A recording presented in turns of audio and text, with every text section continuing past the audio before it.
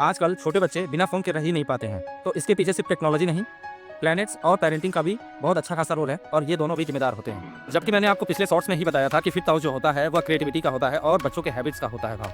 तो वहाँ से अगर राहु केतु का इन्फ्लुएंस हुआ तो ऑब्सेशन और डिस्ट्रैक्शन जो होता है वह बढ़ जाता है।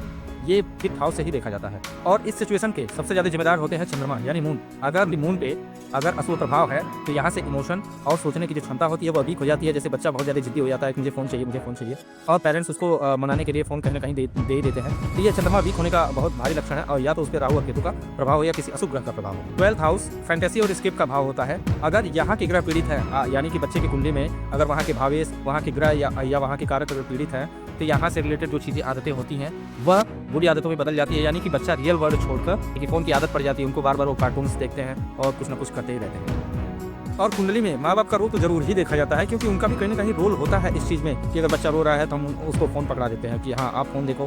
फ़ोन से चीज़ें ये होगा कि वो बिजी रहेगा, मैं अपना काम कर पाऊँगा। प्लीज़ कृपया ऐसा बिल्कुल ना करें क्योंकि आपकी कुंडली में ये सिचुएशन बनती है और आप ऐसा बार बार करते हैं क्योंकि आपको माइंड डिस्ट्रैक्शन नहीं चाहिए, चाहे वो किसी से भी हो, चाहे वो आपकी संतान हो, लेकिन संतान पर ध्यान देना अवश्य जरूर है। और देखिए इसकी सिंपल सी रेमेडी है कि सबसे पहले तो पेरेंट्स जो है वो अपने बच्चे पे ध्यान दें कि वह क्या कर रहे हैं। उनको किसी न किसी गेम में एक्टिव कीजिए, यानी कि फिजिकली एक्टिव कीजिए, बाहर ले जाइए, एनवायरनमेंट को दिखाइए। बाहर घूमने से उनका जो माइंड होगा वो फ्रेश होगा।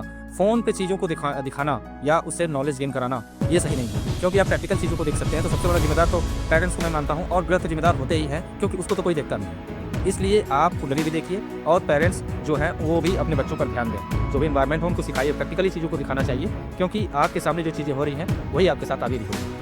तो आपको क्या लगता है कि इस वीडियो के अंतर्गत पेरेंट्स जिम्मेदार हैं या प्लैनेट जिम्मेदार हैं, जबकि दोनों को देखा जाता है? कमेंट कीजिए, सब्सक्राइब कीजिए। धन्यवाद।